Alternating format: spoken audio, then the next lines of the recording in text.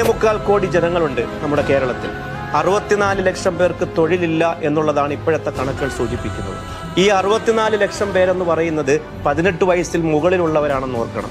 അപ്പൊ എത്ര ശതമാനമാണ് കേരളത്തിൽ തൊഴിലില്ലാത്തവരായിട്ടുള്ളത്, സ്ഥിര വരുമാനം ഇല്ലാത്തവരായിട്ടുള്ളത് എന്നുള്ളത് ഞെട്ടിക്കുന്ന കണക്ക്. ഒരു കൊല്ലം പോയപ്പോ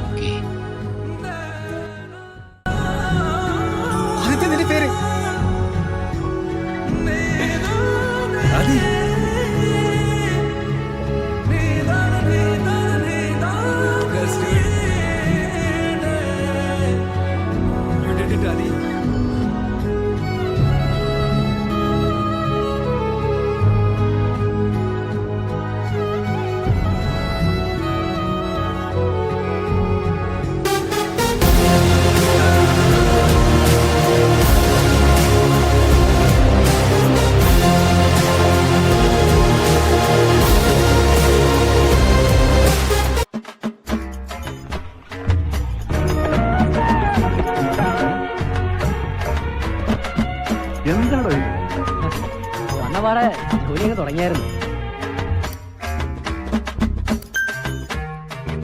കുറച്ച് ദിവസം ലീവ് എടുത്ത് വീട്ടിൽ ചുമ്മാതിരിക്കാണ്. അച്ചുവേ, അതുപോലെ നിനക്കും വേണ്ടടാ. ദൈവം തരും. ഇപ്പോഴത്തെ വേദന കണക്കിലെടുക്കണ്ട. ഒരു 8-8.5 വർഷം കൊണ്ട് എല്ലാം കംപ്ലീറ്റ് ശരിയായിക്കോളും. ഞാൻ തന്നെ ഇപ്പൊ 10-12 വർഷമല്ല. എന്താണ് ബ്രോ, മോഡേണോ?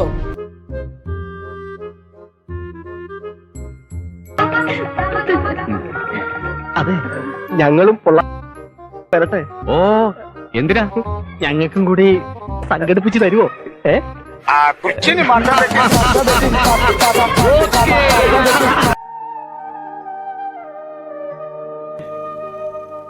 ഈശ്വര, ഇനി എന്ത് ചെയ്യും? ആലോചിച്ചിട്ട് ഒരെത്തും പിടിയും കിട്ടുന്നില്ല. ഈശ്വര, ആലോചിച്ചിട്ട് എത്തും പിടിയും കിട്ടുന്നില്ല. അത് തന്നെയല്ലേ ഞാനിപ്പോ പറഞ്ഞത്. നീ പറഞ്ഞു പറഞ്ഞാൽ എനിക്ക് രണ്ടാമത് പറഞ്ഞൂടെ? ഓഹോ, അങ്ങനെയാണെങ്കിൽ നമുക്കൊരു കാര്യം ചെയ്യാം. അങ്ങോട്ടും ഇങ്ങോട്ടും നോക്കിയിരുന്നു എത്തും പിടിയും കിട്ടുന്നില്ല എന്ന് പറയാം. ആരാദ്യം നിർത്തുന്ന അവർ തോറ്റു. അങ്ങനെ കളിക്കാം.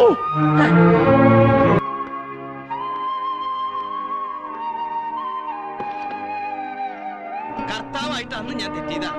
അർഹിക്കാത്തതൊക്കെ തരിക, എന്നിട്ട് വിചാരിക്കാത്ത നേരത്തെ തിരിച്ചെടുക്കും. കണ്ണിൽ ചോരയില്ലാത്ത തെണ്ടി, എന്ത് തോന്നിവാസവും കാണിക്കാൻ മടിയില്ലാത്ത ഒരു അലവലാതി. അയ്യോ, ഓർമ്മിപ്പിക്കല്ലേ പൊന്നെ. എന്തൊക്കെ ബഹളമായിരുന്നു. മലപ്പുറം കത്തി, മെഷീൻ ഗണ്ണ്, ബോംബ്, ഒലക്കര മൂട്.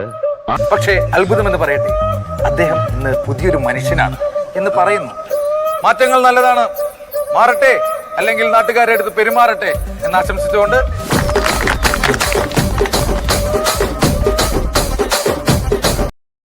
ஏண்டா சம்பட்டியை பூச்சிட்டு அங்கேயே நிக்கிற, வச்சிட்டு போ.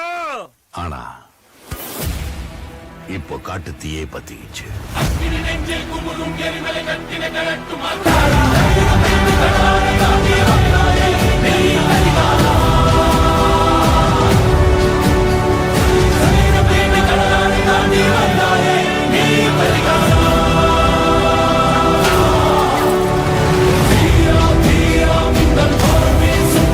വരാൻ പോകുന്ന വർഷം നിങ്ങളുടെ വർഷമാകട്ടെ. നിങ്ങൾ ഏറ്റവും കൂടുതൽ ആഗ്രഹിക്കുന്ന നിങ്ങളുടെ സർക്കാർ ജോലി എന്നുള്ള സ്വപ്നത്തിലേക്ക് സർവേശ്വരൻ നിങ്ങളെ നയിക്കട്ടെ എന്ന് ആദ്യം തന്നെ പ്രാർത്ഥിക്കുന്നു. ഒരു മിനിറ്റ്,